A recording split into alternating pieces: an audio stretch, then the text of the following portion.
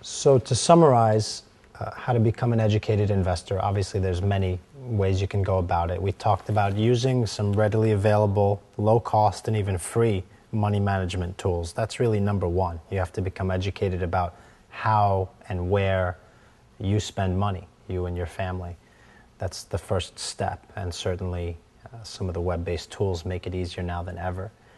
The second step would be to ask the right questions of anyone who is either involved in your money or managing it or offering you financial services products.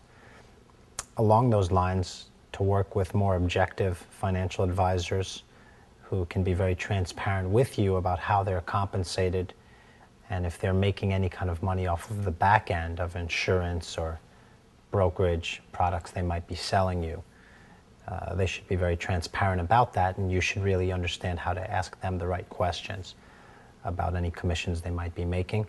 And the last point I would make, and I know investors and generally people don't like to hear this, it's don't be greedy, and understand that when you are making an investment or you're putting your money into an opportunity, there's risk at hand. And if you lose some money on an investment or in your 401k or the markets, you can't simply blame Wall Street or the government or whoever it may be that gave you the advice. You have to really take responsibility and own your own decisions financially. And to do that, you really have to spend a little more time to be educated about your options. What are the results for society of having more educated investors?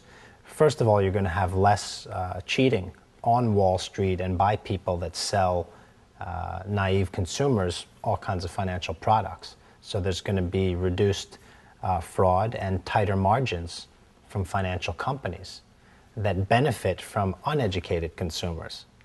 So just like we talked about media and how more educated clients lead to lower margins for agencies and media companies like the search engines, in finance it's the same factor.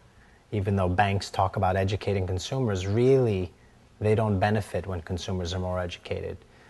They have to be satisfied with making less money. But on the whole and for society, it's positive. And the kind of crisis that we've just gone through is a very big part of a responsibility being on people, being uneducated, being in too much debt. And that's a lesson that hopefully we're going to learn and help us avoid financial pitfalls in the future.